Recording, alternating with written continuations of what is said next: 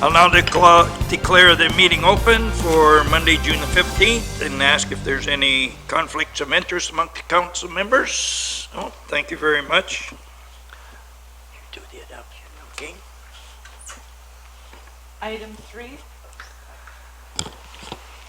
3, adoption of published agenda for the June 15th regular council meeting. Moved by Councillor Bondi, supported by Councillor Vokes. Any questions? Through your worship, I have the addition of report number infrastructure and development 2015-06. Thank you. Councillor Snively? Through you, your worship, I'd like to add something under new business if I could. Yes. About the harbor, Colchester Harbor, if I could, please. Thank you. Councillor Vokes?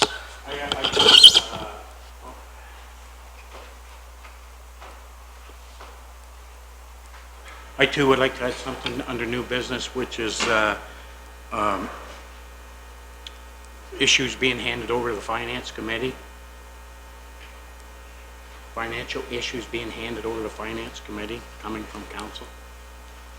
Okay, thank you, sir. Anyone else? All in favor of the motion? Motion carries.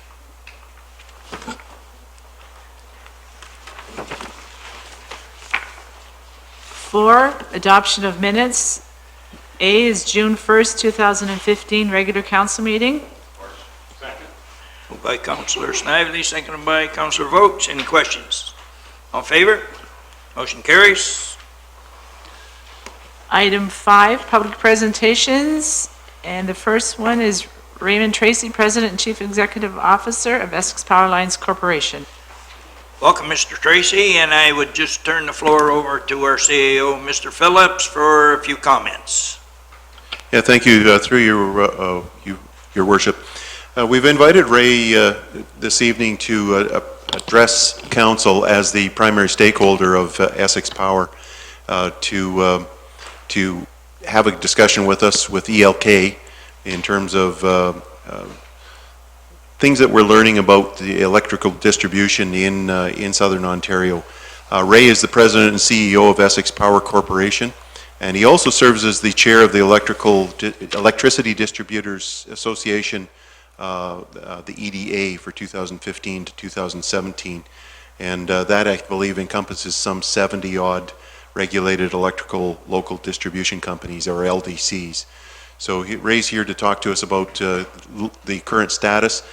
He made this similar presentation to the mayor and I a couple of weeks ago, and we felt it was appropriate that all of council and the broader community have an opportunity to see what see and hear what he's speaking about. So thank you, Ray, for being here with us this evening.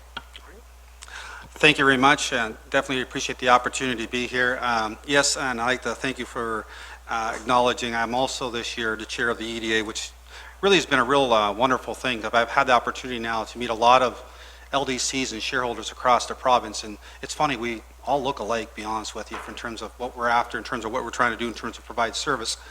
But at the same time, I think we're also living in a world that's changing on us, and I think when we talk about electricity, I don't think that's new to any of us. It seems like it's been a little bit of a roller coaster ride since about the restructuring that started back in 1998 that saw companies like ELK and Essex Power and the other remaining 70 entities that were formed out of public utility commissions. I want to keep this short and sweet. I want to just be informative tonight and hopefully answer any questions if there is, and hopefully just draw some awareness of some things that are key issues that you as shareholders and other local shareholders of LDCs need to start thinking about. And that's it. I can answer some questions. So I'm going to quickly go through this. One thing that's quite confusing in Ontario is electricity prices. And all this slide is meant to explain is the actual green line ends up being what ends up being the cost of electricity when we talk about the commodity or the production of electricity. And it's a combination of both wholesale prices and this thing we call global adjustment. For regulated, for residential customers, we see that as a bundled price called time of use rates. For your large users, your large commercial, they see it as a very complicated item. And the unfortunate thing, if you watch that green line, it's steadily going up. And that's the concern we all have about electricity in Ontario right now, is the cost of electricity. One thing that's interesting, and I don't know how well you see that pie chart, is back in 2005, and I used our utility just as an example, but if you were to take most utilities across Ontario, you can insert their names into the pie chart and you turn out to be able to same numbers. It's not that much different. And the first pie chart shows back in 2005, we were roughly 25% of the bill at an average cost of $20 compared to 75% of the bill with an average cost of $61. And now where are we at today, or in this case I picked 2016, looking out 1 year. And over that period of time, in roughly a span of 11 years, we've grown from 25% of the bill to we actually are now 19% of the bill. We're becoming a smaller portion of the bill. Our costs have increased roughly by, in this case, $5.30 in our example. And again, if you plug in other LDCs, these numbers would be very similar, I think. But what's really startling is the fact that the other costs on the bill have climbed to $111. And that's a significant increase. And those are things that maybe we can't control, but we have to realize those are influences to our customers. And how are we going to be influenced by these other prices and these other cost structures that are on the bill that we have to put out to our customers is important. I'm going to give you an example of what's happening. So when you put a bill out, we put all the different charges on the bill, and you have, of course, your local rates. And here's an example, and again, I used our utility just as an example. Again, other utilities could substitute in. I think the lines would be fairly similar. And the red line in that graph represents electricity rates that were provided by Essex Power. The green line represented inflation over that period of time. The blue line represented all the other charges that were under the provincial mandate over that same period. And somewhat startling to see is what happened, and really where the issues lie when it comes to infrastructure. Really, I think you look at it, local distribution companies have done a pretty darn good job of protecting the interests of customers when it comes to rates. If you look across rates in Ontario, and this is the revenue requirement. The revenue requirement is the same thing as basically saying what's the rate you need to charge your customer in order to deliver your service. And again, this is another illustration of where Hydro One clearly has a high revenue requirement, and that's based on high OMA cost compared to the average LDCs. And then that dotted line across represents, I don't know if there's 70 dots in here, but pretty well represents the mean of all the other LDCs as they go across in terms of servicing residential rates. So you can see on average, Essex Power requires $300 per customer to service their customers, compared to Hydro One requiring $750 per customer.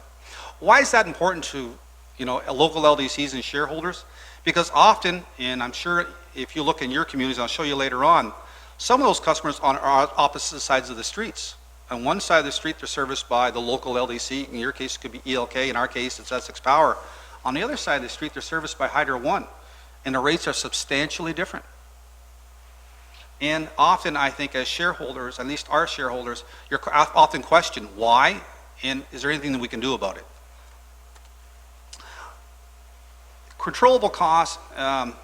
This is an illustration of the government said there was a big push for rationalization, and I put this together for a couple of reasons. It's a little complicated, but I'll try to simplify it. Start in the far left. If you look at this graph, there's 4.94 million customers in Ontario, and if you look at the average cost of OM&A, if you know what OM&A is, it's typically your operating costs. How much capital you spend will influence your rates, but really what's your controllable cost is your operation, maintenance, and administration costs. And if you look at it, that's the average cost and where it's been trending for OMA across 73 LDCs. And then you go across, and I've grouped the different size of LDCs. And the reason I did that, because the province, as part of the recent budget they've approved in the recent bill, they're really targeting consolidation, and they're pushing for the reduction of LDCs in Ontario. And I think it's an important time for LDCs to really think about how we can collaborate and work together to protect what we've been able to protect so far, which is the interest of consumers when it comes to the cost and they pay for services. And who should be the main provider of a common area or a region. And I think that's what's really important as well. And I think there's an opportunity for us to maybe look at that, at least from a shareholder perspective. And again, in this illustration, small LDCs, 300,000 customers being serviced by 36 LDCs at controllable costs that look very similar to the industry average. Then as you go across, you have medium-sized LDCs, large LDCs. But then again, it's interesting when you look at Hydro One, how they stick out as a provider, providing 1.2 million customers. So as you can see in the graph, size doesn't always mean less costs. And I think that's important to understand. In fact, this was just a simple thing I put together, just looking at us here more locally here regionally, and you have ELK, your cost of ONA, our cost of ONA, our cost with other LDCs in Southwest Ontario, which represent the same kind of terrain, the same kind of type of service areas. And then you see the cost of Hydro One, who's the other provider in Southwest Ontario. So it's interesting to see how we definitely dominate as better performers in terms of cost structures. What I'm here just to illustrate is right now within the distribution in Essex County, Essex NELK basically service all 7 municipalities, but we only service small service areas. And those little square boxes and those shaded areas represent the service areas that we actually service in Essex County. So you can see that Hydro One has a large footprint in Essex County. You also can see that InWin basically services the entire boundary of the city of Windsor, which is interesting. So they're a boundary-to-boundary utility, but ourselves in ELK, your utility, aren't. We service portions of the municipalities that we service. In our case, the only one that we have a difference on is LaSalle, where we do service boundary-to-boundary in the town of LaSalle. There is no Hydro One customers. The reason I say that, and I bring this message, is because the government has come out and said, we're looking to privatize. We're looking possibly to sell off some assets. And what does that mean for us? And for us here in Essex County, I think that means we could become more vulnerable as individual LDCs. Collectively, we service a portion of the county. I think the customer base split is roughly 28 or 29,000 for Essex Power, 12, 13,000 for ELK, and then Hydro One services about 24,000. So separately, we service, let's say a small portion, but collectively, we're the majority provider of distribution services in the county. We're collectively, ELK and Essex Power service 40,000 customers compared to Hydro One's 24,000 customers. And that's important because in the case of this county, the larger portion of the county are getting much lower rates. In fact, they're getting 40% lower rates when it comes to distribution. So I think there's an opportunity for us to look at strategic positioning with respect to distribution services in the county. And I encourage stakeholders like yourselves to take a look at that and take a look at the value of protecting the overall county from a distribution standpoint by collaborating in different ways. Again, customers in the county right now that will be serviced by Hydro One will be serviced at cost structures that look to follow that blue line, 6-7% increases, whereas customers serviced by Essex Power ELK will probably be looking at increases less than inflation. So it's one of these cases in the county. We have the haves and the have-nots when it comes to services and the cost of service in the county. And our concern is a privatized Hydro One is going to look at us as opportunity individually, whereas collectively we represent significance when it comes to this county. And again, what we would like to see the province to focus on is not so much the look at distribution, but obviously the issues we're having with the other costs on the power bill. And this is really where we think policy should be focused. As an industry representing 70 LDCs, most of the time I find out the shareholders of LDCs are happy. And the LDCs themselves are well run and have typically low cost structures compared to the provincial provider. But the reality is the province, through this bill and through this budget, has clearly stated they want to see significant rationalization. And they want to see a more regional approach to distribution. And I think this is going to create opportunity, and I think it's going to create potential risk. And I hope there's an opportunity for us to talk about the opportunity side of this and not the risk side of it. Specifically for the customers, that so far we've been able to protect with significantly lower rates. So right now, the policy positions that as an association representing the LDCs, what we've gone out and did is says, if there's going to be a push towards rationalization, we want it to be a market that doesn't have inflated values because we have a private Hydro One going out and trying to offer huge prices to buy out the LDCs. Ultimately, we see the taxpayer and the ratepayer losing in that deal. Eventually, the taxpayer may gain initially, but the ratepayer of electricity will be the one that loses in that deal. We'd rather see, if we want, the shoulder-to-shoulder municipally owned LDCs like we have across most of the province, and we represent about 75% of the customers today. We want us to be the leaders of rationalizers. We don't want to be led by the province when it comes to rationalization. But to do that, we're going to have to take an approach where we're willing to accept larger footprints, and we have to go after shoulder-to-shoulder opportunities. And to do that, LDCs like us in here in Essex County got to find a way to work together and collaborate. At the same time, we have to put good business cases up front to find a way that we could actually buy the Hydro One customers, so that someday we can unify the service and the cost structures in the county, so that hopefully you have rates that maybe represent rural rates and rates that represent urban rates, but they don't have this 40% spread between them. You want to bring that spread down through the cost savings you come by working together. And remember, a single provider in a single area means single set of service trucks, single set of infrastructure, single set of cost structures to support all of that. And we got to find ways that we can better fund the LDCs so they can do these transactions. So those are the policies that the association EDA, representing the 70 municipal LDCs, are trying to go out and talk to government about. But we can talk to them about this, but at the end of this, we need doers. We need people out there that are willing to say, hey, we like to put a transaction together. We like to show that we could regionalize an area. And a good example who've put their hands up early has been the GTA LDCs, where there's been, I think you maybe have been aware, but there's been 3 large LDCs that talked about coming together and merging with Hydro One Brampton and forming a utility that will be $1 million plus. Well, that model may work for the GTA. You get 7-10 million people in the GTA area, and obviously certain size does work in certain areas. But we think in other areas of province, southwest, northeast, have different models where the scale and size are more appropriate to the area or the region they service. In our case, Essex County falls in that model of what a good regional size would be to service this area. So the Ed Clark panel came out in 2016. The government has now released and passed their bill for their budgets. They're going to privatize 60% of Hydro One.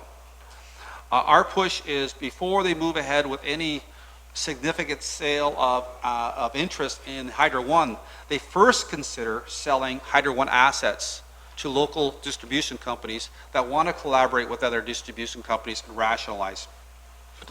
As a specific, call it an incentive, you can also call it a target, is they've identified for LDCs 30,000 or less, there's going to be a no tax transfer allowance, which means and that involves private entities.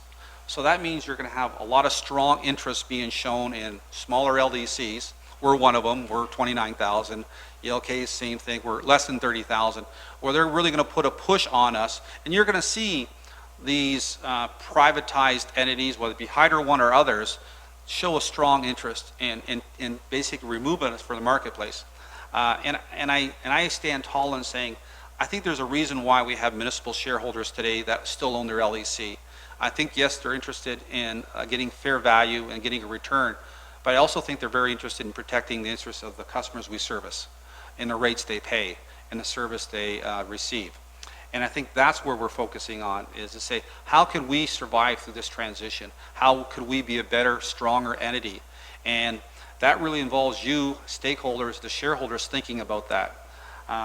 So my ask today is very simple, is that you think about these strategic issues that we'll be facing as an industry, you'll be facing as a shareholder, and I think it really bodes well for shareholders of ELK and shareholders of Essex Power to talk and have conversations and find ways that we can become stronger collectively. I think individually we're weak in the future electricity market, in the sector. I think collectively we're much stronger. I think collectively we have an opportunity to protect the region and the county. I think collectively you as shareholders, to me, look all the same. And you look the same in Essex County as you did up in North Bay when I was giving a similar presentation in near Ottawa. You have the interest of, yes, your asset, your investment, but you also have the interest of your customer at heart. And I think you see having that as being very important. So I don't want to belabor on anything beyond that. Our only request is to take the opportunity, absorb some of this information, and maybe start some discussions. And it really belongs not at the LDC level. It really belongs at you, the shareholder level. We don't really look much different. Again, LDCs from LDC across the province, we tend to have lower OMA costs, significantly lower than Hydro One. We typically have similar look to us. Sometimes we vary based on our capital spend, what we're reinvesting in our infrastructure based on the needs and what we're trying to do with our infrastructure. But the other elements of us, we're very much alike. There's not much difference between us. It's really the approach of how we can become stronger in this new era. And I think with a privatized Hydro One, we are definitely targets. We're not being looked at as partners of the province. And I would think that it's our interest if your reason for being in the business today was more than just about the ownership, but all those other things I mentioned, then I think there's a reason to have conversations. And if you could have conversations, I think that would be really good. The last note I want to say is County Council, this was brought up at County Council. There was a resolution on the privatization. I see that you have a similar discussion on there. And that falls in line with this presentation. Before if you want to raise some assets, you want to raise some money, before you do your IPO, before you start selling the private sector, why don't you give us an opportunity to have a procurement process where we can look at harmonizing, the example, the County of Essex with a single provider and a cost structure that, residents can afford. And I know for some use, maybe it's not the case where the wards you represent, but I know that a lot of councillors, when I do presentations for my shareholders, the question is, what do I tell the customer on the other side of the street that's serviced by Hydro One? And typically I don't have a very good answer for them. And so thank you very much for receiving the presentation. Thank you, Mr. Tracy. Any questions, council members, to Mr. Tracy? Comments? Councilor Bjorkman? Thank you, through your worship. Mr. Tracy, thank you very much for the presentation. It certainly looks like a Goliath versus David situation. As far as other LDCs that you've been dealing with, when it comes to partnering and trying to go after these assets, just for the Essex County area, like what kind of an idea of what kind of dollars you're looking at when it comes to making that kind of a purchase, that kind of move? One thing the province hasn't done a very good job is being transparent about values and what they're looking for and how much they want to raise. There's a number of LDCs across the province that are trying to do what we're sending the same message we're sending. We're interested in your assets. We like the procurement process. We like to know what you're looking for. We know they're selling off Hydro One Brampton, which has a value to it. So there is a market price out there. It's not transparent yet what it is. But when that's known, we'll have a building block to work from. And I think that building block will hopefully allow us to do the same amount of evaluation here in Essex County. It's an expensive ordeal, obviously, but at the same time, you're also bringing in significant revenue that goes with that transaction. And I think it's through the synergies that you're creating, how you create the regional models where you get the big win for the shareholders and the customers. Councilor Vokes? Thank you, Worship. Recognizing Kathleen Wynn's position, obviously, on the sale, the 60% sale, if you were sitting here, Mr. Tracy, in this chair, instead of sitting in that chair, what would you do next? I look like all my options. I mean, there's going to be LDCs sold in this province, and there's going to be LDCs partnered, and there's going to be LDCs merged, and there'll be LDCs that maybe will stand alone still. So you as shareholders should look at all those good opportunities. I'm not saying there's one that's the right for any shareholder. I just think if I look at the principles when I talk to the shareholders who I've talked to so far, there's a reason you're here today still being a municipal LDC owner. And it's beyond, just price. It's about a number of factors. The question is, and the information clearly shows, customers are being better served by municipally owned LDCs from a price standpoint. But the pressure is on to see consolidation. They do not want to see 70 LDCs. They talk about a regional model. They talk about shoulder to shoulder, but they don't talk about how to get there.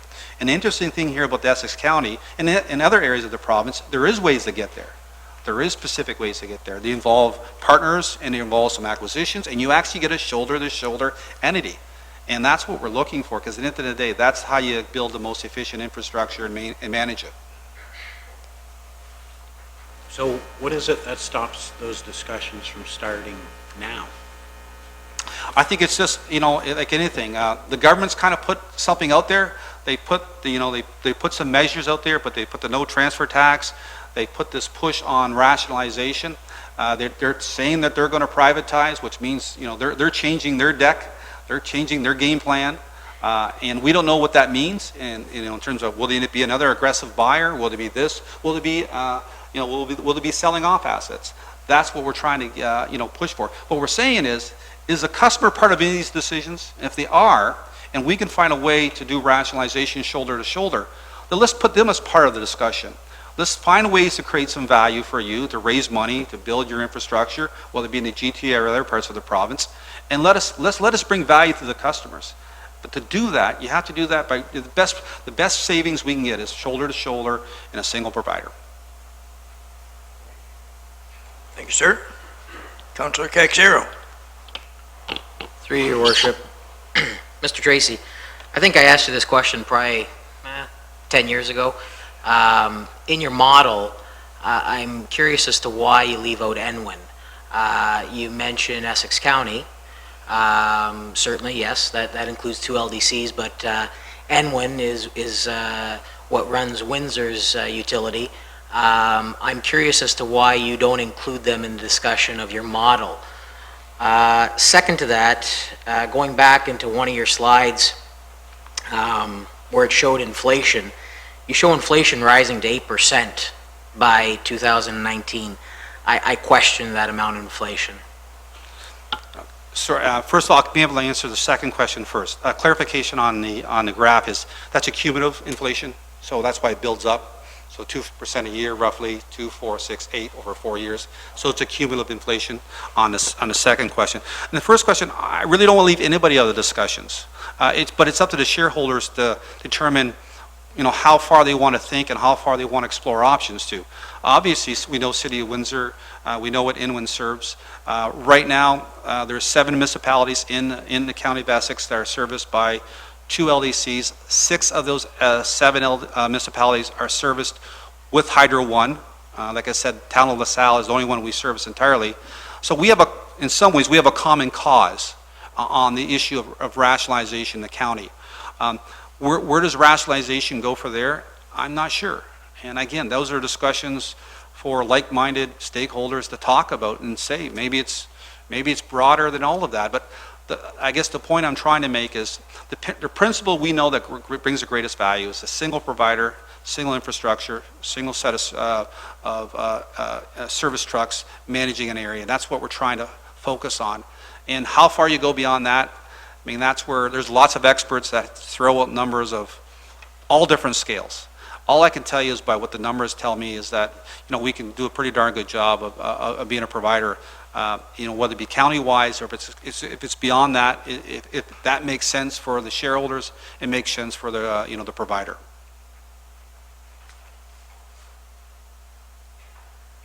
Thank you, sir. Deputy Mayor Malash. Thank you, through your worship. We have a common goal here. I think there's 2 LDCs in the county, as Mr. Tracy's pointing out, that want to serve their customers as best as they can, and the best way that we can serve them is to keep costs low. And we've known it for a long time, but this report spells it out specifically that the local DCs are going to give you better value for your money. So it makes common sense that we should be looking to see how we can perhaps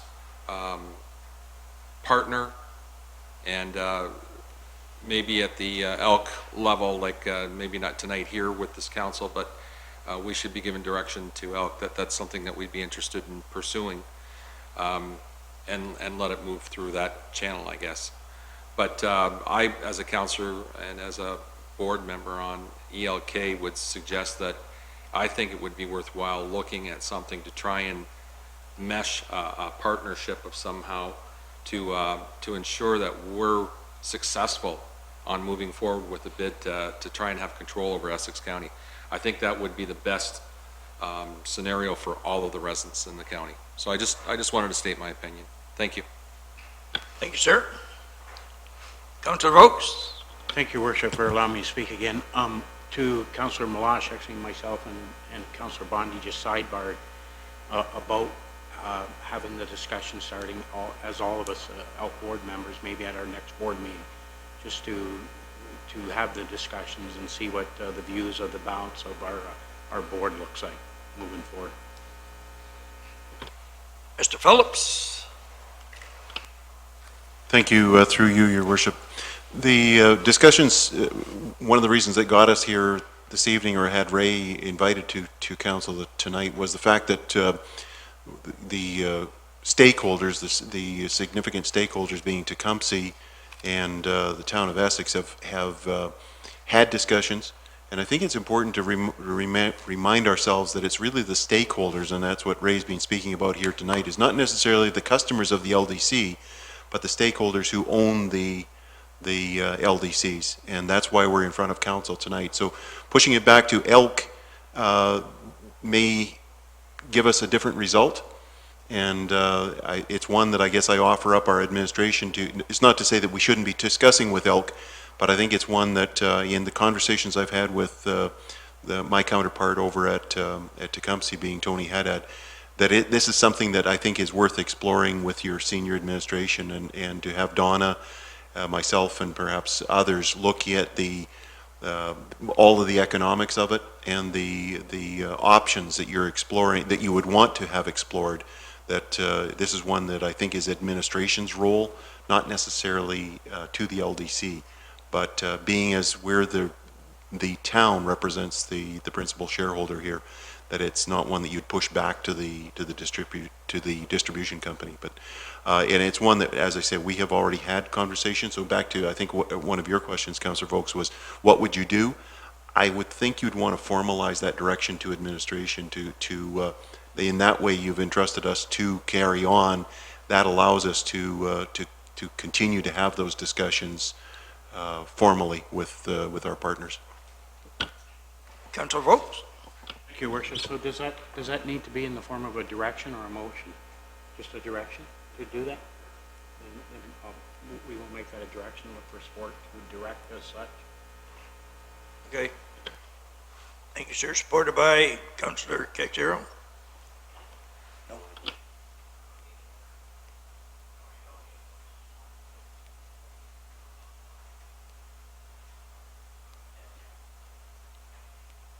Okay. We've given them direction. I think we all support that. Councillor Vokes, go ahead. I was just going to make a motion also to receive the report. If there's no more questions, I'll take that.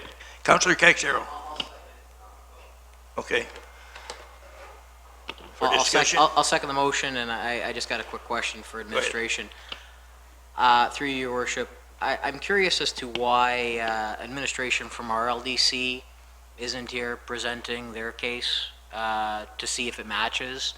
I mean, certainly, I would look to the administration of the LDC that we own to provide us with some information, because if it matches, great.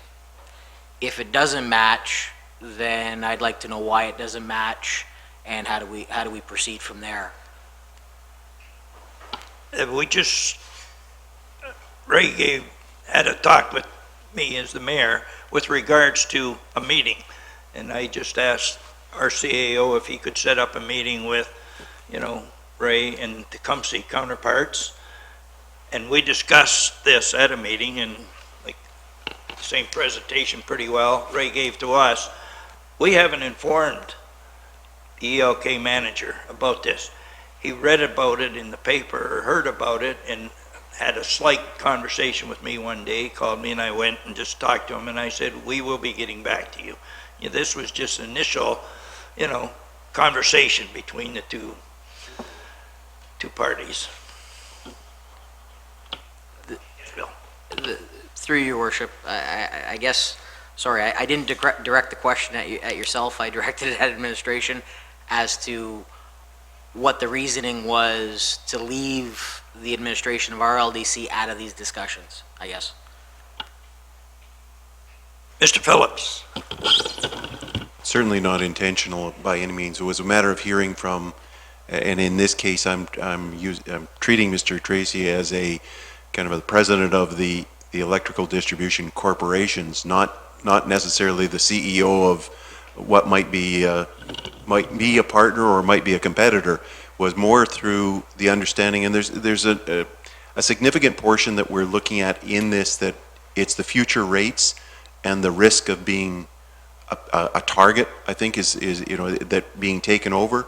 And I think at the end of the day, it's our customer that we, as being the principal shareholder, it's the customers that we represent, and that's different than the business model. And that's not to come back at Essex Power Lines or Elk to say that they're not taking care of those customers, but they really belong to the shareholder, to me, in this instance. So it wasn't intentional not to include the management. I simply wanted to have this conversation with all of council, and if that's the direction you give us, which we would hope you have given us that direction tonight, we will then have those conversations. They will certainly be a partner at the table. We don't know their internal business like the board members or like the management of the distribution company knows, but it was one of, if the two principal shareholders want to talk first, then we move on to the next level.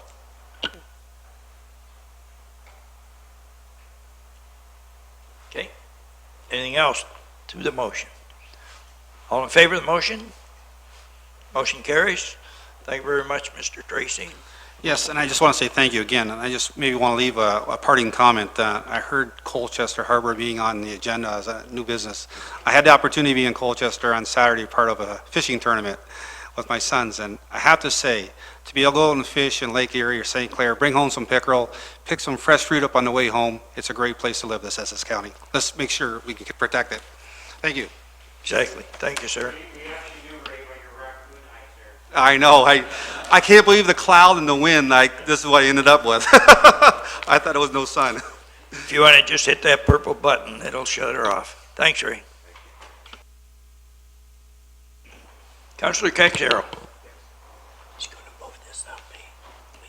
If I could, I was hoping to move up I under correspondence, Royal Canadian Legion, up on the agenda as to accommodate the members from the Legion in Harrow that are here. Moved, seconded by Councillor Bjorkman. Any questions? All in favor?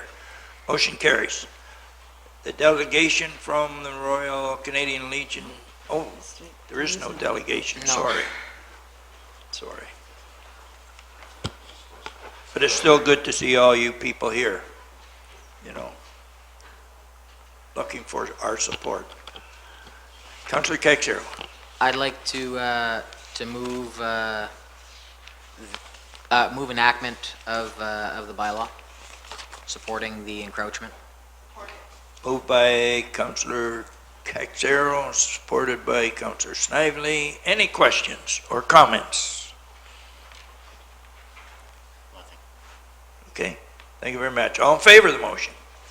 Motion carries.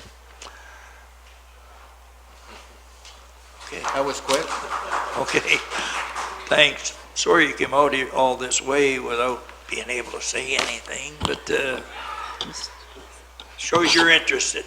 Thank you very much. Thank you. 7. I just have one question for the guys. When is your patio going to start? We're going to start working on it tomorrow. Good man.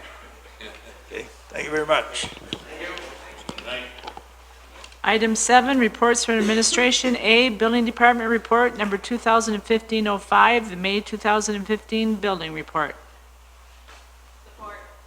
Moved by Councillor Bundy, supported by Councillor Bjorkman. Any questions? All in favor of the motion? Motion carries. Item B, Economic Development Report Number 2015-01, regarding the co-location of Economic Development Office at 39 Maidstone Avenue. Moved by Councillor Caxero, supported by Deputy Mayor Malash. Any questions? All in favor? Motion carries. Item C, Planning Report Number 2015-012, regarding the Heritage Committee Council appointment. Volunteers, I heard in the back room a couple people speaking up. At this time, we will take volunteers. Deputy Mayor Malash is volunteering. And do we have any more? I believe they have to have 5, is that what I read? They need 5. They have 3 for sure? Yeah. Can I ask a question? Okay, Deputy Mayor Malash. Can I ask a question? Is it necessary that you have 2 councilors, or do you need 5 members? Through your worship. Oh, under the Municipal Heritage Act, you need 5 members. There were only 3 lay members who submitted their names. Might I suggest that we work on bending some arms to try and get a 5th person, if there's not another councilor? Mr. Nepsey? Through your worship, this is the second time we've advertised. Yes. So this is the second time, and we're up to 3. Without the 5, that's why this report has come to council tonight, to try to encourage another council member to make that 5. But otherwise, we do not have a heritage committee. Can I ask who the members are that specifically put their name forward?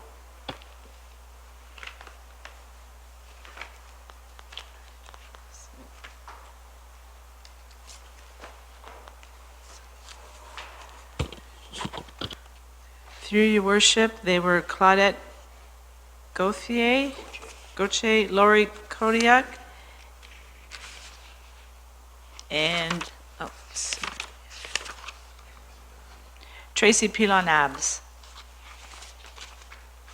So I've since talked to someone that's not on that list that would like to be on if I had put my name to the committee. So you got the 5.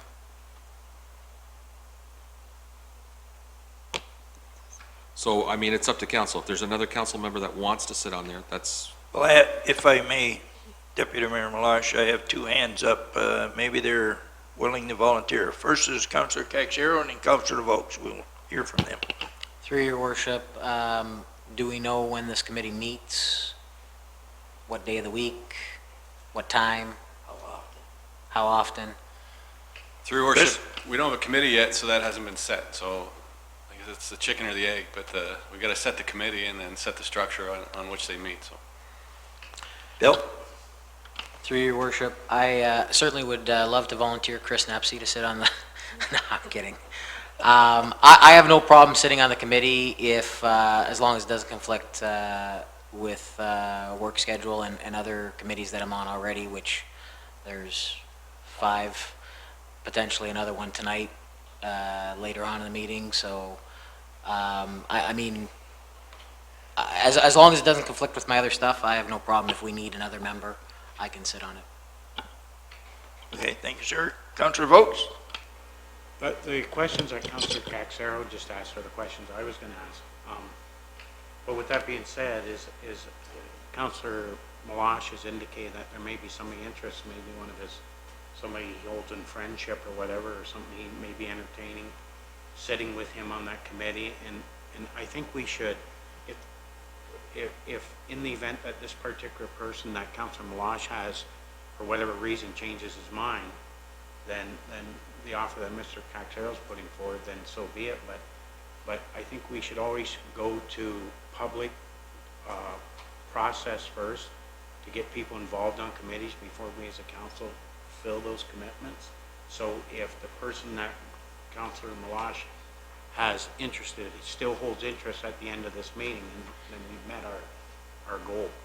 So I would prefer that that particular person gets first opportunity. So I would ask the clerk if we could pass this motion this evening that candidate number 1, being Richard Malash, is, and it is a lady, I believe, if she accepts, she be on this committee, and if she doesn't accept, Councillor Caxero will be on it. Is that quite all right? Okay. Okay, so we need a mover for this motion, Councillor Caxero and Councillor Bjorkman.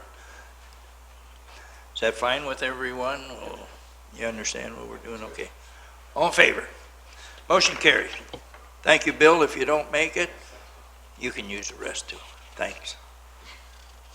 Item D, Planning Report Number 2015-11 regarding changes to the community improvement plans for Essex Center, Ward 1, and Harrow, Ward 4.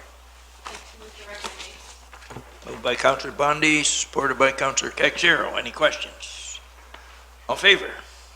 Motion carries. Councilor Bondi?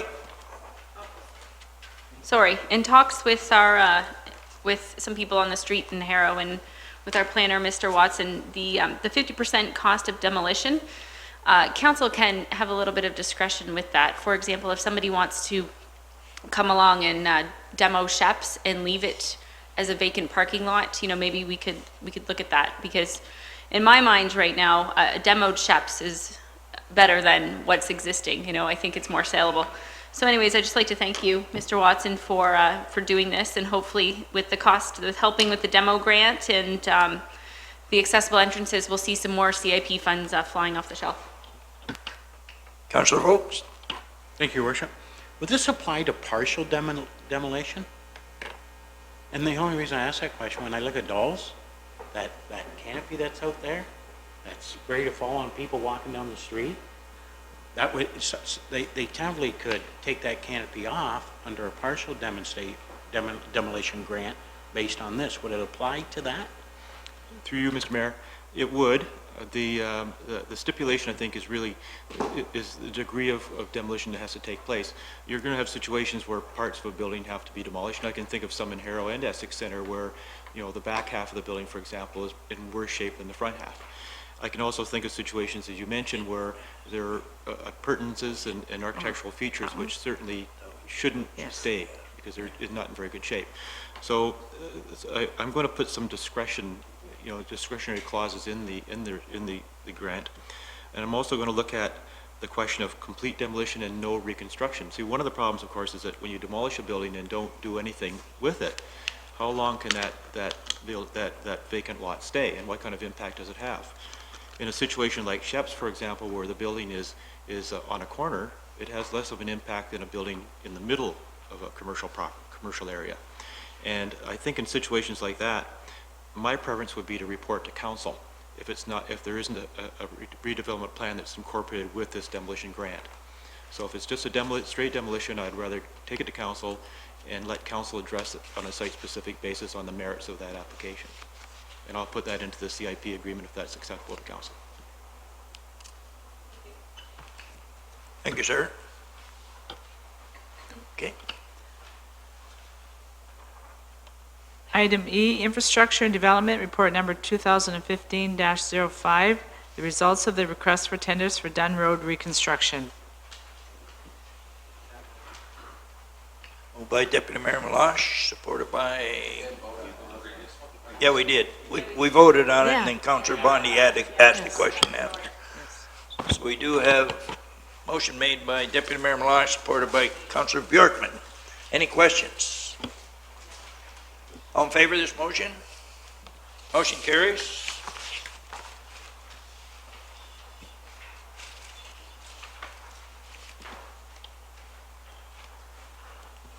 Eight, correspondence. Item A, Committee of Adjustment meeting agenda for June 16, 2015. Moved by Councilor Snively, supported by Councilor Bjorkman. Any questions? All in favor? Motion carries. Item B is a letter from the County of Essex regarding the privatization of Hydro One. That was, I heard support by Councilor Volks, moved, supported by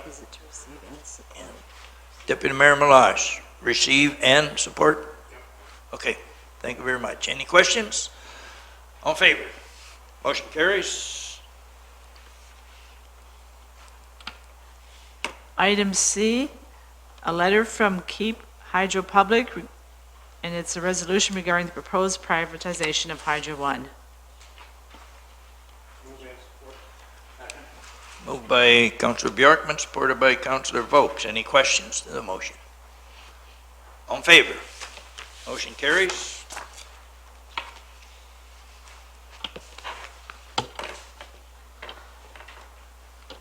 Item C, request from the French Catholic School Board for Franco-Ontarian Flag Day.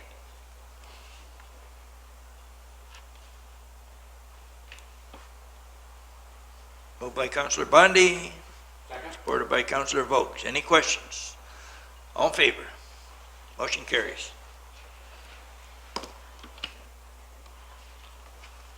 Item E is a letter from the Great Canadian Flag Project regarding the dedication of the Memorial Spitfire and Wall of Honor. Moved by Councillor Snively, supported by Councillor Vokes. Any questions? All in favor? Motion carries. Item F, a letter from Evelyn Couch Burns submitting her resignation to the Arts, Culture, and Tourism Committee and the Heritage Committee. Moved by Councillor Caxero, supported by Councillor Bjorkman. I'd like to move receipt, but also send a letter of thanks for her time she spent. Okay, and we have a comment from Mr. Phillips. Thank you, through you, Your Worship. I had the opportunity to speak to Evelyn Couch Burns last week regarding this particular, her letter of resignation, and I wanted to understand a little bit more behind it. And I've had conversation with a couple of people now that volunteer for the community in various capacities. And more recently, the town administration sent out information regarding a communication policy. And it was in Evelyn's position, in her understanding, that that would not allow her to continue to write on behalf of the Free Press if she was volunteering for the community. I assured her that that was not the case, that was never our intent. It was one of indicating to people that volunteer for the community that they were guarded by the things that they said while employed or by volunteering for the community. And we had a good conversation on it, and she gave me the authority last week to rescind this letter. She would like to continue to serve. Her health has not been well of late, but she said, health be willing, she really would like to continue to serve. That was concerned with the policy, and I assured her that the policy itself is one that the CAO administers and the CAO adjudicates, and I assured her that if that was a situation where we ever had to encounter that, our conversation would be fair, and we would move on it from that degree. And she agreed with me and suggested that she would like to withdraw the letter. I'll rescind my motion. Okay, supported by seconder, yes. Okay. Councillor Vokes. Thank you, Worship. In terms of the letter withdrawn, I think, right, just respectfully, as we were going to send her a letter asking her to recognizing her resignation, we should send her a letter that council recognizes her work, and we're very pleased that you had those discussions with her, Russ, because that was going to be my question. Why is it she had stepped down in terms, I read her letter, but it was a little vague as to what she was saying. So if the administration could find time to send her a letter saying we're very thankful for her for coming back on board, and we appreciate her work in the community, because she does work hard for her community, and she holds it very near and dear to her heart. So I would like a letter in that direction. If administration could find time to do that, it would be much appreciated. Thank you.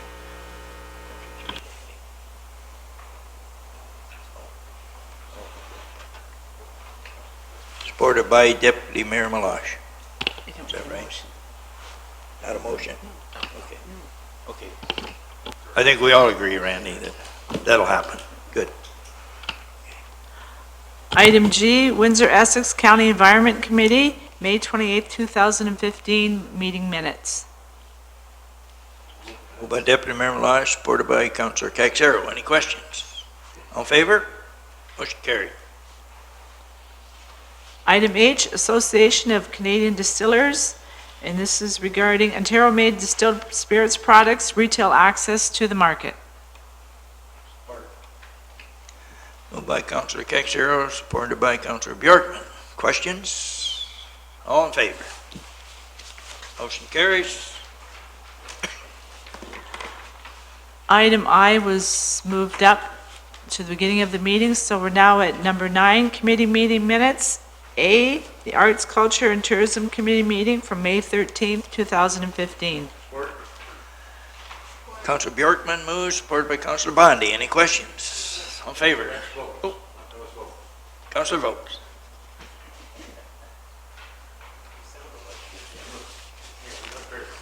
All in favor? Motion carries. Item B, Coan Park meeting minutes from May 13th, 2015, and there is a resolution from the committee meeting with a recommendation to council. Moved by Deputy Mayor Malash, supported by Councilor Bjorkman. Questions? Deputy Mayor Malash. Thank you. Not a question, but I'm going to give an explanation as to what's happened here. Each year, the Coan Park Committee kind of runs on a shoestring budget, just what needs to get done in the park. This is not a capital budget item. This is an operating budget. And the town of Essex provides $12,500 to the park, as well as Amherstburg providing $12,500. There's various charges and donations that are made to the park from the community. The board actually does several events to try and raise money for the operations as well. So what's happened is that the town of Amherstburg had some concerns about the way we were setting up our contract for the manager that comes in and cuts all the grass and does the maintenance on the buildings, and started asking questions about workers' compensation and such. And we found out through Connie and through the town of Amherstburg's administration as well that we were not situated very well with the contract the way it's been worded for the forever and a day. And they made some suggestions as to how we should change the contract to protect both Amherstburg and Essex. And it ended up costing an extra $3,000 for this contract because of putting the proper measures in place. So the Coan Park Board doesn't have the money to be able to pay for it. We don't have the means. So we went back and we're trying to ask for Amherstburg and Essex both to pick up on 50% of the additional costs. And if there's any other questions, I can answer, hopefully. I would have one to the Deputy Mayor. Like you know, we always look after it. Amherstburg has been very reluctant in the past. Do you feel that they're going to give the 50%? Yes, absolutely. It was actually Leo Malash, who's the counselor for Amherstburg, that brought up the issue. And he feels really bad that now that he brought up the question, but it's a good thing that he did, in all honesty. Thank you, sir. Anything else? All in favor? Motion carried. 10, bylaws. A, bylaw number 1428, being brought up to confirm the proceedings at the June 15th regular council meeting. Councilor Snively, Councilor Caxeros. All in favor? Motion carries. Item B, bylaw number 1429, being a bylaw to appoint a weed inspector for the town of Essex for 2015. Moved by Councilor, what's your name again? Bjork. Oh, you are. Councilor votes. Supported by Councilor Bjorkman. Question. Councilor Snively. Through your worship, have we already hired somebody? Is somebody in place? Through your worship, Dan Boudreau is our weed inspector and always has been. We just have to appoint him every year. So it's just an appointment, we didn't hire anybody? Okay, thank you. We hired him 8 years ago. Yeah. You did. I thought it was a new position the way it was here.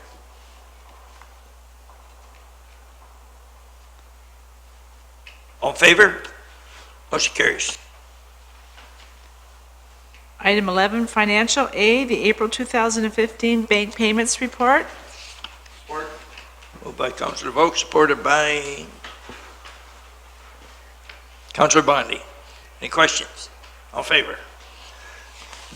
Motion, once more? All in favor? Motion carries. Item B, May 31st, 2015 capital report.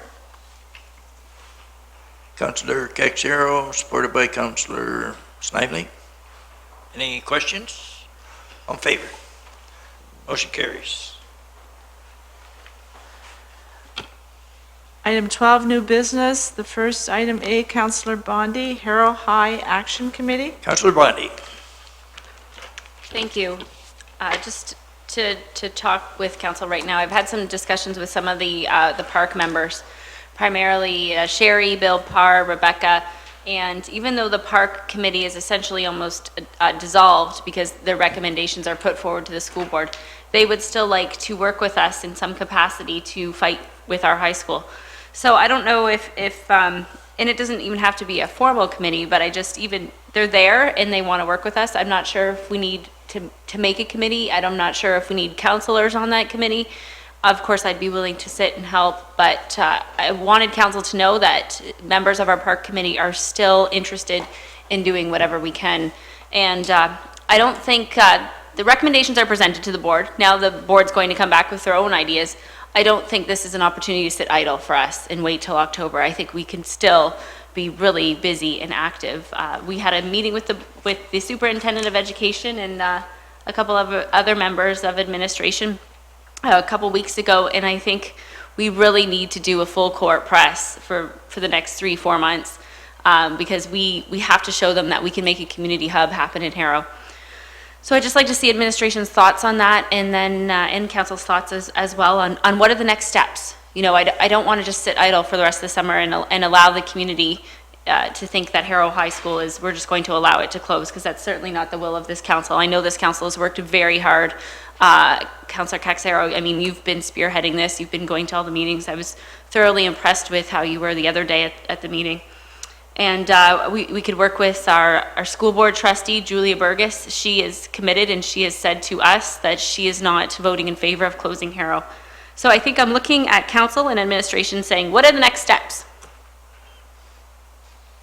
What can we do? Advice? Okay, Mr. Phillips. Thank you. Through you, Your Worship. Certainly hear and support the concerns of council in past. This has been a key topic, as Councillor Bondi indicated. Certainly from administration's perspective, I'm committed to personally being engaged for the next few months in whatever actions council wants to direct us into. I've been attending the meetings where I can and being engaged where we can fit in. I've had calls from some of the park members as well. I have not got back to Mr. Bill Parr. He had indicated, though, that they were looking at doing some fundraising to generate some interest into this notion, and he's looking for some direction or some assistance on that as well. I'll continue to be engaged, and I think our administration will continue where it can be. We'll use whatever resources council wants to direct us on, but it really is a council decision. If you choose to continue the focus, then we'll take your orders from there. Thank you, sir. Councillor Bondi. Good. Okay. Oh, Councillor Caxero. Through your worship, I had mentioned to our CEO back a few weeks ago, I think it's important, the venue of AMO coming up this summer in August, we definitely need to get in the ear of the education minister. Quite frankly, the Minister of Agriculture and Rural Affairs, Minister of Finance. I mean, we should talk to all of those people if we can while we're up there, whoever's going. I think it's important to hold their feet to the fire.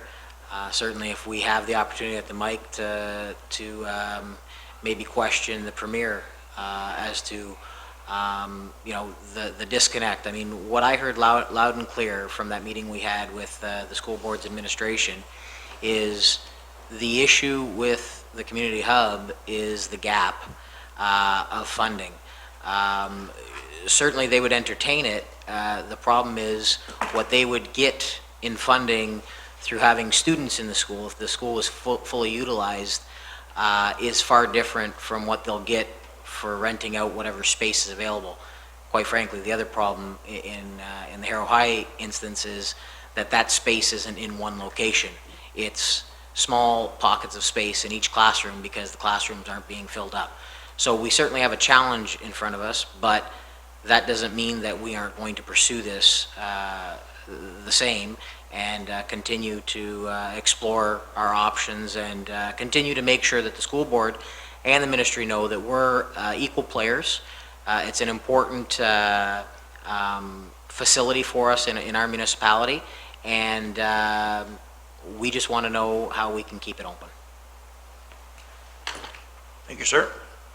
Councilor Bjorkman? Thank you, Your Worship. I think one of the things we can do right here on a local level is get together with our park team, with our council administration, and just brainstorm.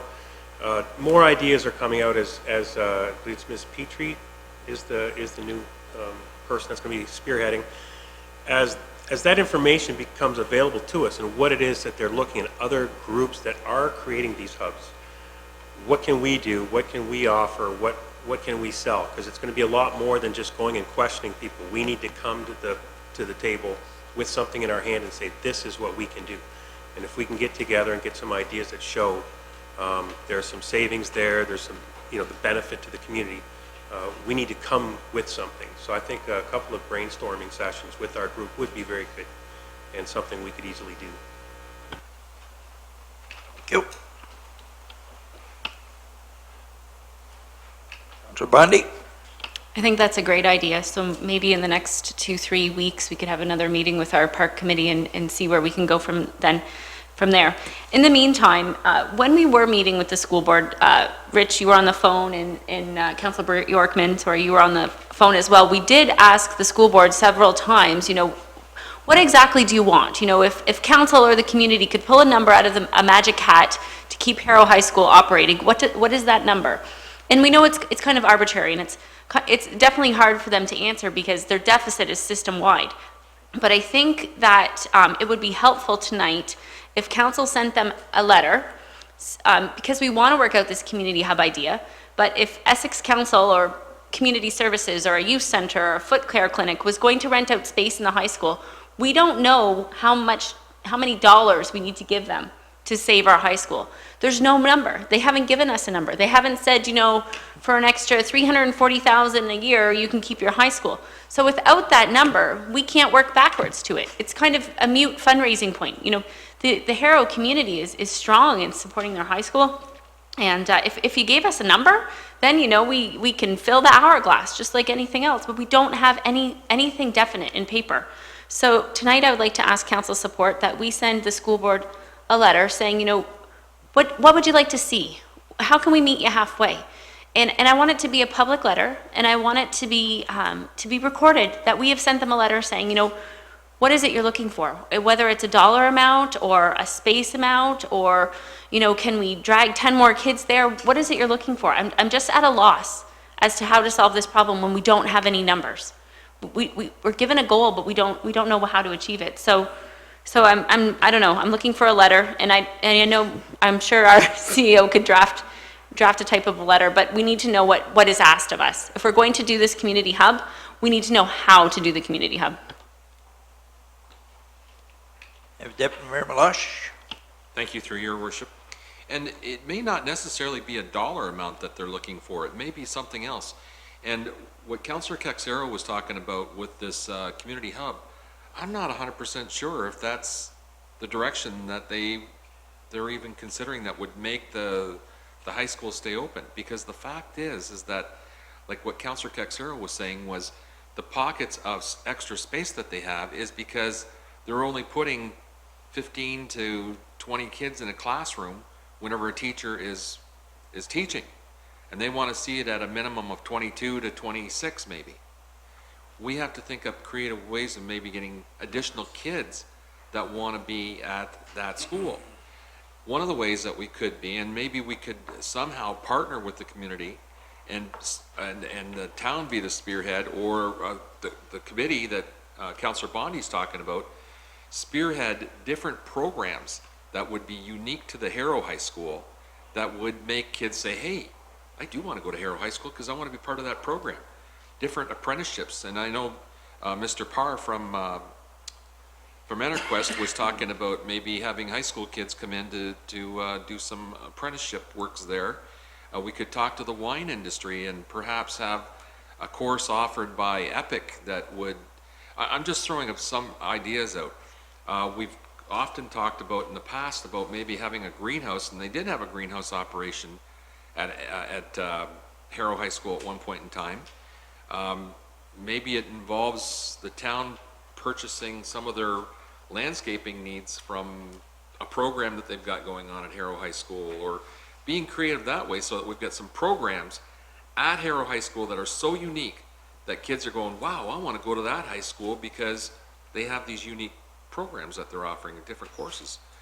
And if the kids can make money at it, doing different apprentice jobs at the same time, that's always a valuable way of getting kids to say, hey, yeah, I want to be part of that program, because obviously money is always an issue with teenagers. So that's, I think maybe, like what Councillor Bonnie was saying, through that committee and with the town's cooperation, maybe we could spearhead that and make it go in that direction. I think that might be one of the things that the school board is perhaps looking for. Thank you, sir. Mr. Phillips. Yeah, thank you. Through you, Your Worship. I think there's a number of excellent comments and concepts being bandied about. I think one of the key pieces would be to brainstorm. I think I'm hearing some of that right now, actually. And if there was a, perhaps in the next couple of weeks, what we could do is bring the members of the park group together. I think there's some willingness too from either the school board themselves or from some of the people to participate in that discussion. I'm looking at also at our student rep being involved from bringing a youth perspective to the table as well, if Olivia would be willing, or her ultimate replacement, and get somebody like that to the table and help us in terms of what are the needs from the youth's perspective. But it certainly is something that I can work on in the next couple of weeks to convene a session. As I said, I've had good conversations with Bill Parr of late and the park group. There's some strong commitment there from that group to not let go of this issue and keep pushing. There won't be a decision until the fall, but at the same time, as much as we can be ready as a community, I think it will keep their feet to the fire, so to speak. I think Olivia has a point. Yeah. Thank you, sir. Ms. Bernath. Through you, Your Worship. I was just going to echo what Mr. Phillips said. I think it'd be really important to, I know like my replacement, Carly, or get Lauren involved on any committee that is brainstorming ideas or anything. That also would, I think, show the school board that, you know, you have youth like really interested in helping out the school, and we could get ideas from the school itself, from students, whether it's with surveys, whatever, of like programs that students would be interested in having, or you know, ways to attract more students to that school. Good, thank you. Councillor Vogels. It all goes back to the you know, when Councillor Bondi talks about a letter that talks about what's your number. The number goes to $1.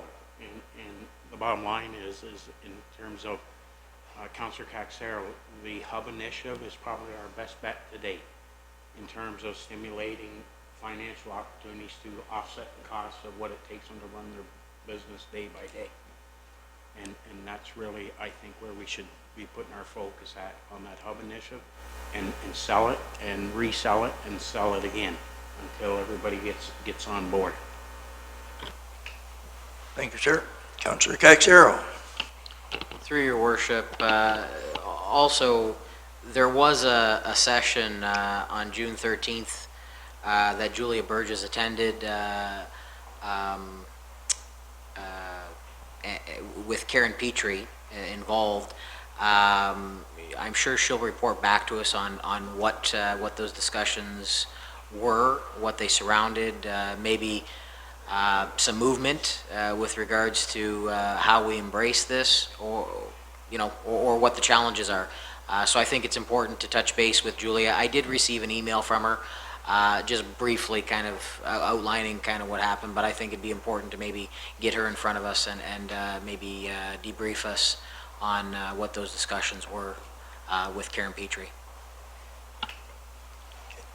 Thank you. That it? Okay. Item B, report number infrastructure and development 2015-06, and this is in regards to the Flooding Advisory Committee of Council.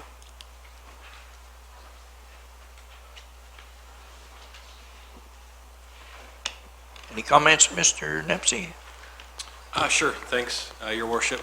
This is just we were tasked, I guess, I was tasked after the severe event in September to form a flooding task committee.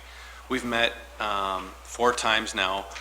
The committee decided that they would like to be a formal committee of council with a council representation, therefore then minutes and recommendations and whatnot forwarded to all of council and on the town agenda for, I think, exposure in their mind and to have that council present. So in order to do that, I need, council approval for that, and also I need a council representative for the committee.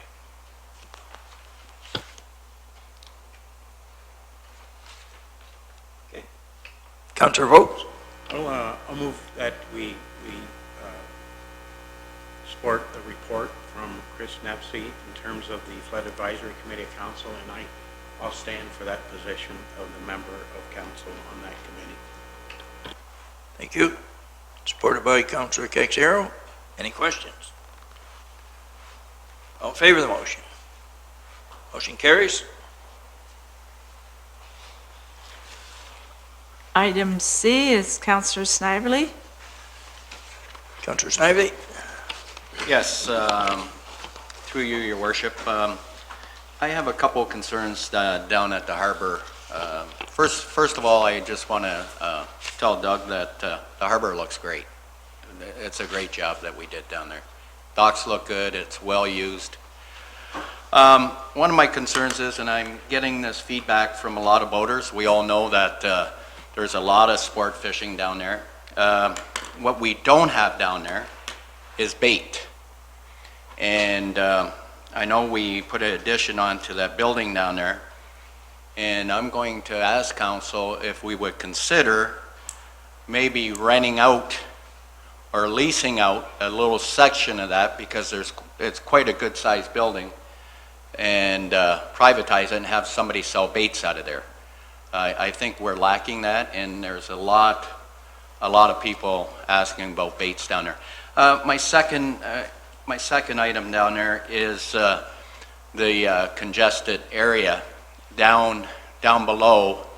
I think at one time we did have a sign up at the top, wasn't there, Doug, that said no unauthorized vehicles not allowed down the bottom? I think there was years ago. We haven't got a sign up on top, and what's happening is boats are going in and out, trailers, and it's confusion down there, because people are going down there to Bill's little thing there, and what they're doing, they're parking there, and they're blocking the trailers from getting out. I see it quite a bit down there when it's busy. So I'd like to see that taken care of, corrected. Somehow, if we can reinforce that, maybe the kids down there working can tell people, I don't know. There should be something we can do there. A sign up on top of the hill would help. And unauthorized vehicles should not be parking down there. If you go down there any time on the weekend, people are driving down there, they're parking down the bottom of the hill, and they're going out to the beach. That's not allowed. That's for boaters and people that work down at the harbor. So that's some of my concerns. But going back to the bait business, I think as a council we should look at that because there's a great need for it down there. So if I could get the support from council, I'd greatly appreciate it. Thank you.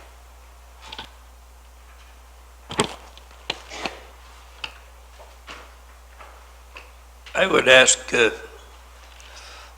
our treasurer, we had something like this in the past. We would have to put out an RFP or something, wouldn't we, Donna, or look for someone who we'd have to advertise, I imagine, wouldn't we? Through you, your worship, we did have somebody operating a bait shop down there in a few years past. And we did do an RFP for bait down there and did not get any responses, but that was a couple of years ago, so we may want to try again. You're right, Larry, we need that. Okay, Councillor Vogts. Donna just said what I was about to say. We tried that, like, I'm going to say 3 or 4 years ago, and we didn't have much luck at it, by the way. It fell flat on its face, so hopefully this time, if we try it again, there may be an interested party. You could get me that. But at the time, there was a conflict with the parties involved, and I think that's gone by the wayside, so we could be fortunate. Councilor, or I should say, Mr. Sweet. Through your worship, I'll look into the option in terms of bait shop, because there was a lease before, and I knew with the new building, part of the reasons were for space, so I'll deal with our harbor manager, talk with him in discussions. I know he's raised this before, and look what options so we can get bait to the customers down there. Good, thanks. If I could, can we? It's a vote. Can we do like an RFI, request for interest, to get it started? Can we go that route? Mr. Sweet. Through your worship, that's one option, but there may be other options I'd like to explore. It could be something we even do in-house, depending on cost, so. Good. Mr. Snively. Through you, your worship, to Doug, I'm not talking just worms. I'm talking minnows too. Like there's a shortage of suppliers for minnows, and we have one supplier in Kingsville, and I don't think he'll be in business very long. So, thank you. Councilor Caxiero. Through your worship, certainly on the issue, I am a proponent of having some sort of a bait shop down there. I think the proponent that operated the one that was there prior was fairly successful. I guess the jury's out on as to why that went by the wayside. There is a need for it. I hear the same thing. I would suggest, I think, Doug, and this is just my own opinion, because again, I don't think the municipality is in the business of running bait shops. I would prefer to put out an RFI or an RFP prior to us looking into it, so that we don't get tangled up in something maybe that we shouldn't be doing. And if there isn't any interest, then at that point I would suggest, okay, because there's a demand and we don't have any interested parties, then maybe we would do it and potentially attract somebody by doing it ourselves. And at that point, maybe relinquish it. But that would be my opinion. I would prefer to allow somebody private run this if there is the desire to do that. If there isn't, satisfy the need through our own means. Deputy Mayor Malash. Through you, your worship, I think we're probably going to be stuck in the same kind of situation unless we change the conditions of what they're allowed to sell. And previously, I think the gentleman that was there was allowed to sell pop and chips and candy bars and things like that to subsidize the low amount of revenue he was getting from the bait that he was selling and the fish hooks.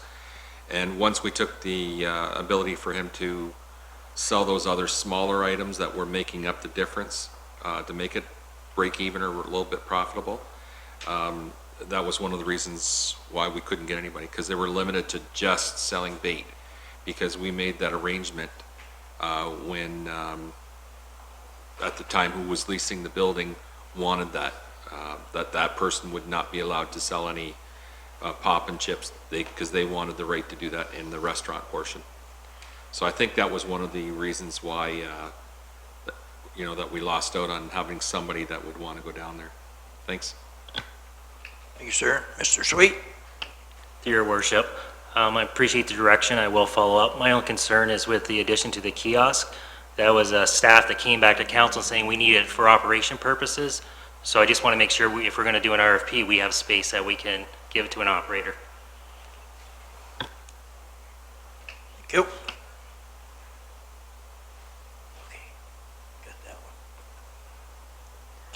Item D is Councillor Vokes. Councilor Votes. Thank you, Worship. I just want to talk to council real briefly. I don't want to prolong it, but I sent an email to our clerk, Cheryl Bondi, in terms of being put on council discussions tonight to talk about my request, or my pursuance, if you will, for financial support for the Heritage Transportation Museum. And in that, Cheryl sent me an email back that says this has to be handed over to the Finance Committee, and I respect her respected her request in her direction she gave me. And I certainly don't question her by absolutely no means But I question what goes to the Finance Committee and what doesn't. Because when it comes to lobbying for the Transportation Heritage Museum, I got a call from Harry Bergman that says they're you know, all indicators, and they said they'd be more than willing to give all their books to the town of Essex, and all indicators are suggesting that they're running into financial trouble. And we all know that when we went for our Christmas parade, our walk, I think I talked to the vast amount of councillors at that time during that walk that talked about knowing that provincial grant they were traditionally getting, they were going to lose it. And they run on a dollar in, dollar out consideration there. And now when I wanted to talk to council about it, that particular issue is going to be handed over to the Finance Committee. So if I would have handed that over to the Finance Committee, tonight they would have been in there talking about it. They wouldn't even know what they're talking about. And secondly to that, we go into a room here and we hide. I shouldn't say we hide, that's wrong. We have discussions on financials and direction that represents all the council with no opportunity to have the public see what we're doing on their behalf. Because the decision's made in a boardroom. That's wrong. That's wrong. I don't care what anybody says, and I don't care which way the discussions go after I shut that mic off. That's simply wrong. When myself as a councillor have been asked by taxpayers to represent them, to me, handing it over to somebody else without me having the opportunity to talk to that little piece of foam right there and everybody out there seeing it is wrong. And it shouldn't be happening. The Finance Committee is making tons of decisions on behalf of this council. That is wrong. I've always taken that position. I'll continue that position. And I know we're probably going to have discussions that'll go till 10 o'clock here tonight now as a result of me saying that. But I want the opportunity to speak when it comes to financial positions when somebody brings it to me. I don't want to turn it over to a committee to speak and decide on my behalf where I'm going to get a report back that says, well, Councillor Vogt, you can read the report. It's on the report. It's past tense. The report's past tense. Now I got to argue. Now do I have to argue initially my position? Now I got to argue with 5 other people or 4 other people what the report says. So I'm not going to do that. I'm not going to do it. So my suggestion is when something of that nature comes, it shouldn't go to the Financial Committee. There should be a threshold of what the Financial Committee deals with, and something of that should be a council as a whole dealing with it, and just not a committee. If I may, Councillor Vokes, the Finance Committee deals with the issues. I think the main reason is try to get all 7 of us there like this. The Finance Committee can get it done. Now, let's hang on. You have every opportunity to ask if you can come and present your problem, or in this case, the situation, to the Finance Committee. You can tell us all about it. Like, you're not being told you can't come. You can come. All you got to do is ask the Finance Committee. You talk to Donna, can you have a meeting called together? She'll get a hold of the chair and everybody will get around the room, and you can be there and present your case to the Finance Committee. I'm so glad you told me something I already know. It's always good. Why are you saying that you can't do it? That's what you're just saying. I'm going to ask you, don't start yelling because it'll be very unproductive. But with that being said is, the reason I say that, and the reason I want it to go before council in the venue of 7 that's here tonight, is because of the transparency of it and the nature of it. It's not something that we're talking about giving Chris or Doug some money for something to do something in terms of equipment or whatever. It's something that the people, in terms of transparency and dialogue, and i.e. being Celine and the girls up here tonight, if it would have happened during a Financial Committee meeting, they wouldn't even have known about it, nor would the public known about it. And this is a cutback by the Liberal government that will get no recognition by being in that committee room A or B or whatever one we're in, unless somebody goes through all the reports of our agenda. They get it there, right over there, and they just happen to find it tonight when they come here. The only way they can get it. They can't get it before. They can go on site and get it. But I'm just telling you, the nature of this particular file, doing it by the Finance Committee shouldn't be. The discussion should be had and the public should hear it. It's government gouging, and I understand, Your Worship, that I have the opportunity to go into that committee meeting. That's not what I'm lobbying for. I'm lobbying for this council and let the public understand very clearly what we're doing for them. And I get the Finance Committee. There's lots of things the Finance Committee can be doing, and they do a good job of it. This one I question. And I'll just leave it at that. I don't want to prolong the night, but I think it's really a point case that in this particular case, and anything that has anything to do with government cutbacks, that all council should be involved when it affects the taxpayers. And it shouldn't be on the direction of a financial committee. Okay, I have a lineup here, but before I go to the lineup, I'm going to go to our treasurer, because Councillor Vokes did ask a question of the treasurer. And his question was, when do you and when don't you take it to the Finance Committee? Have you had an answer for him? Through you, Your Worship, basically most financial matters other than the budget and the year-end financials, which we bring to all of council as a whole, go to Finance Committee where possible. In this particular case, it sounds like it could be grant related. I would put it on the next one because we only had a very short time period today to deal with that. But I'm planning another one for the 22nd, so we could put it on that one. But Councillor Vokes would have the opportunity to come before the Finance Committee. The Finance Committee is merely making a recommendation to Council. That comes back to Council through minutes, and they approve those minutes. So there is actually another opportunity for Council to discuss it if they so wish. And all Finance Committee meetings are advertised on the website. They are open to the public. They are open to the media, should the public or media wish to attend. Thank you. Okay, I have Deputy Mayor Malash, Councillor Caxero, Councillor Bondi. Through you, Your Worship. Going back, our first term of council, Randy and Councillor Vokes and the Mayor were on that first term with me, and we had a lot of requests coming forward. So it seemed like every meeting we had 4 or 5 presenters wanting money. And at that point in time, what we thought was, rather than extending the meeting and listening to it at a public meeting, we would create some policies and put policies and procedures in place for what was grantable and what was not grantable, and put together something more formal, because we were from meeting to meeting saying yes to this one and no to the next one, and we were not following the same rules every time. So our finance group did a really great job of coming up with a policy for us or a guideline to try and figure out where it would be feasible and where it wouldn't. And basically all the Finance Committee does is follow those guidelines and determine whether or not they fit within the context of what we've written and what council has agreed to as a whole as to whether the money should be allowed or not.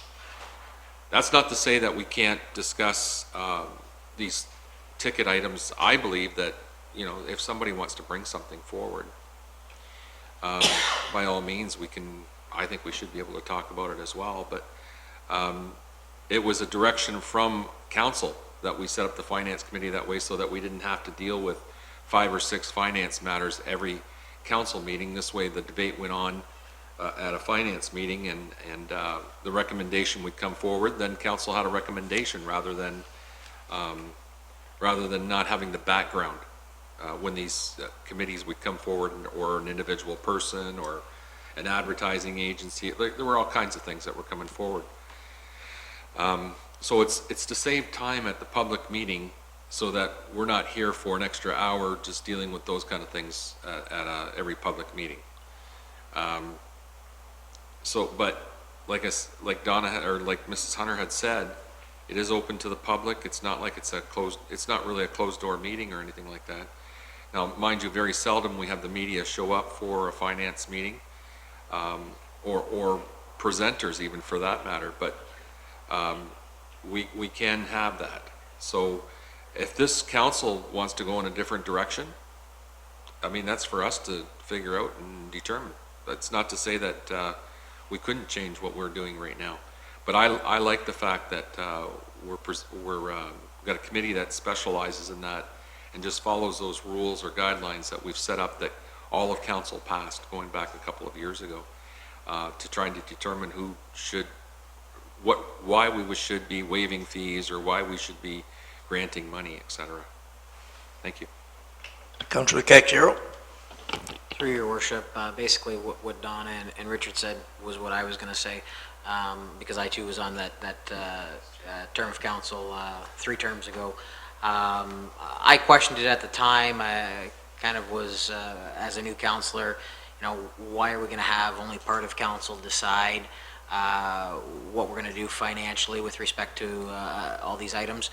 It's not that we're making a decision. We're kind of hearing what these pleas are.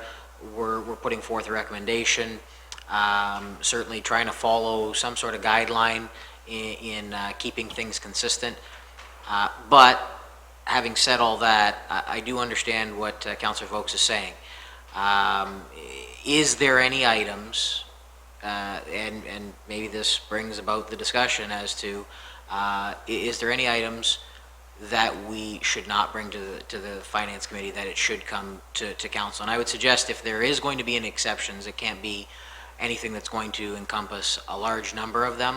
You know, if there was 2 or 3 a year that came directly to Council for all of Council to consider, great.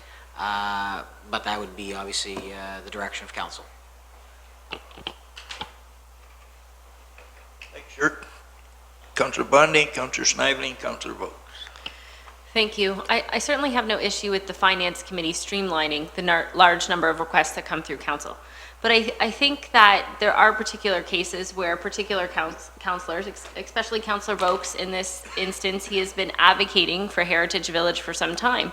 And in this one, you know, because it's personal, because it's political, because the government of the day isn't doing their job, and if something were to happen with Heritage Village, it would affect our municipality as a whole. And it's a pretty big ticket item. So, you know, some items should be handled as a council as a whole. And I also think that councillors, we can use our discretion, you know, at that. And I think it's fair to bring it up in a public meeting. And that at the public meeting, council can decide whether it gets referred back to finance, which we've often done. We've had requests here and we say, okay, we build consensus here that it needs to go back to finance. And that's where finance combs through the policy.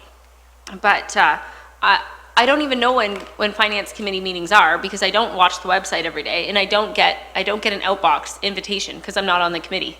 So I've seen you have committee meetings in between all of our other meetings, but I have no idea when you're meeting or what you're meeting about.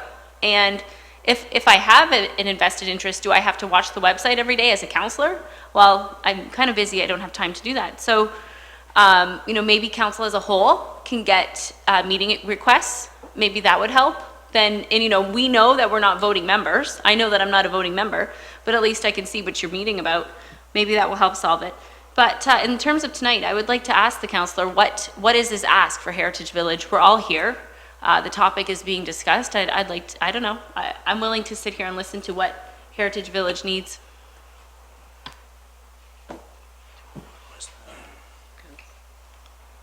Okay, you have Councillor Snively. Through you, your worship, I got to agree with Councillor Bondi. This is a situation here. Heritage Village is part of our municipality. It's a non-profit organization. It's visited by our municipality very largely and throughout Ontario. This is all about grant money. I know the whole situation, and it was an internal thing. There was some misleading information that went to the government, which cut them off the $25,000 grant, which they should have never been cut off that $25,000 grant. So this issue that's coming forward, I think it should be brought forward in front of council on the whole. And if we can do anything to help them, I think we should step up to the table and help them out. Like I say, it's part of our municipality. It's a good organization. They've been there for years, and they do a hell of a good job. So I would support helping them if we can, if council would go that direction. Thank you. Councilor Vogt. I appreciate all the efforts of everybody, but you're not helping me. You're not. You're not. And I do appreciate the efforts of everybody. You're not helping me. You're helping yourself. You're helping us as a council decide. It's not just my decision. So I don't want everybody to think it's just, this is my request, and it's me and what I'm doing. It's not. It's all of us, right? It's bottom line. That's why we're all at this bar. But with that being said, I don't even want, I'm going to ask now what I originally was going to ask, and that is can I get put on the next agenda to talk about the elimination by the Liberal government of the tourism grant to Heritage Transportation Museum, please?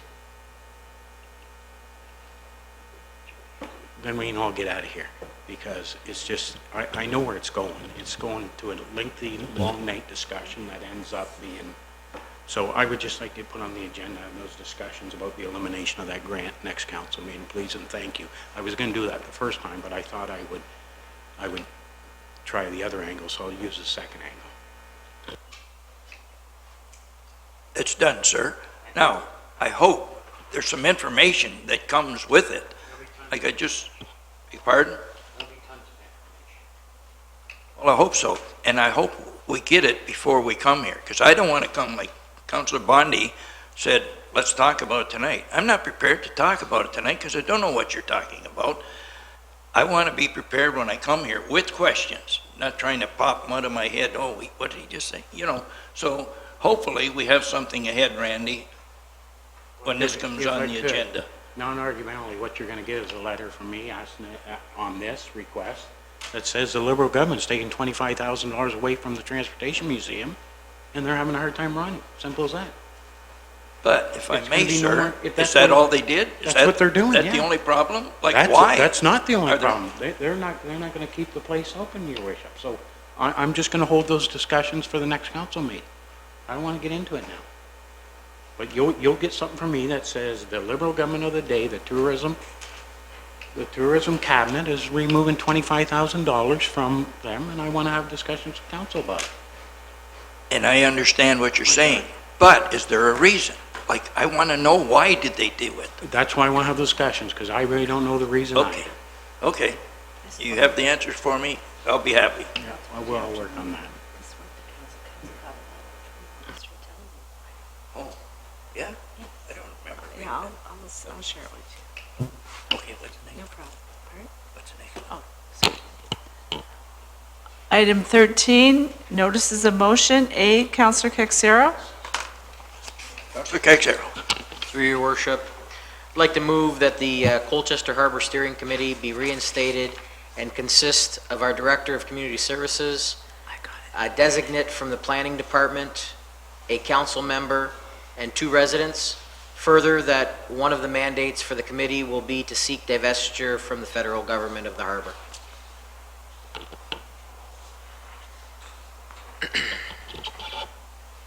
Okay. Moved by Councilor Caxero. Support by Councilor Bondi. Questions? Councilor Caxero. Through your worship, I would like to be the council member sitting on that committee. Okay. Question? Yes, Councilor Snively. Yes, I support Councilor Coxero, but you're requesting two residents. I don't think that'll be sufficient. I think that should be moved up probably to double that amount, 4 people. I think we should have, you're going to get a couple sport fishermen on there, and you're going to get a couple boaters. So that's my opinion, but I think it should be moved up to 4, and then a council member. Thank you. Councilor Caxero. Through your worship, to Councilor Snively, I think the reason for keeping the committee small at first, and I'm not suggesting that it can't increase in size at some point, but in seeking divestiture, I don't think, because certainly if we do end up having to meet with the ministry again, we're not going to be carrying 6 or 7 people up to Ottawa to meet with the ministry. So certainly that's the intent of why we should keep the committee maybe small at this point. If the direction of the committee changes, once that issue of divestiture changes, then certainly at that point I wouldn't have a problem with increasing the size of it. Okay, Councillor Bjorkman? Just as a point of order, this is under notices of motion, and our notices of motion not to be, He brought this up last week as a notice of motion. okay, Right. so this is. Through this your worship, isn't really- yes. this Councillor isn't a notice of Kexero, motion. no, Councillor Kexero brought this notice of motion up at our last regular council meeting. No, and that's why I wanted to see where that was, threw me off there.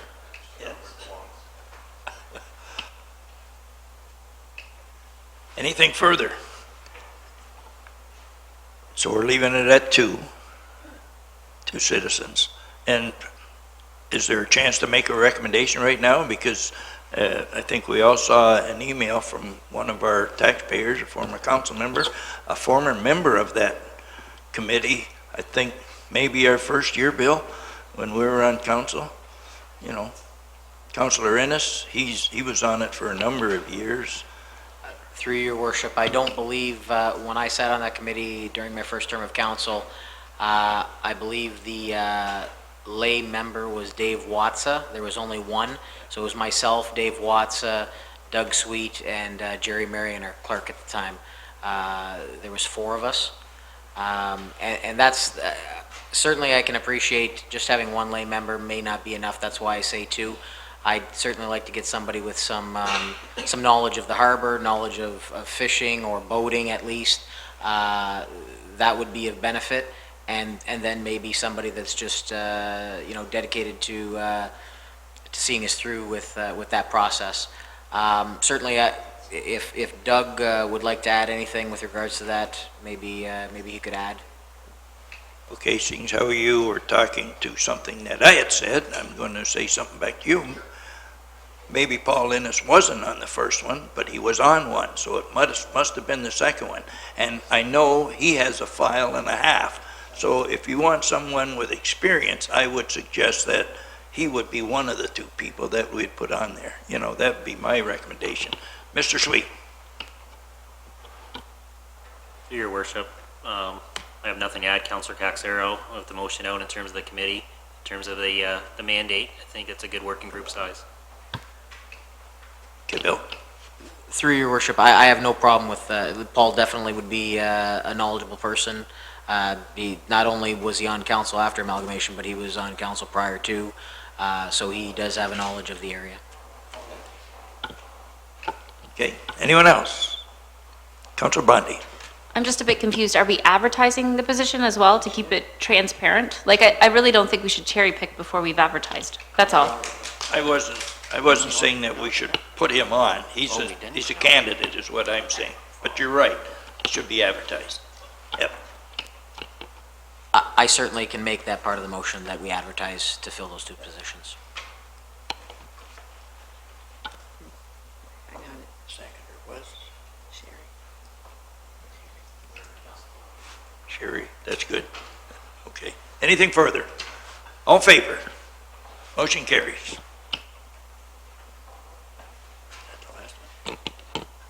Item 14 is the adjournment.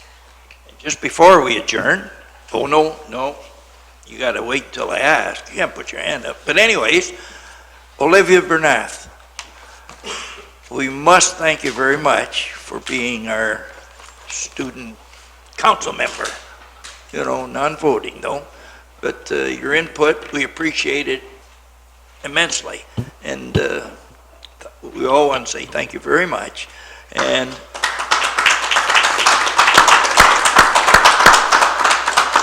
good luck in your endeavors. It's not so bad being a council member, right? You could do that maybe one day. So thank you very much, young lady. Now we're looking for adjournment for council vote. Motion adjourned, but before we do, Doug, is there a tree planting event this Friday? Through your worship, we had the CN Grant tree planting this Friday at 11 a.m. down by the train station. And what's on the 17th? Through your worship, we have the Pan Am torch coming through at 10 a.m. this Wednesday. That's right, see us.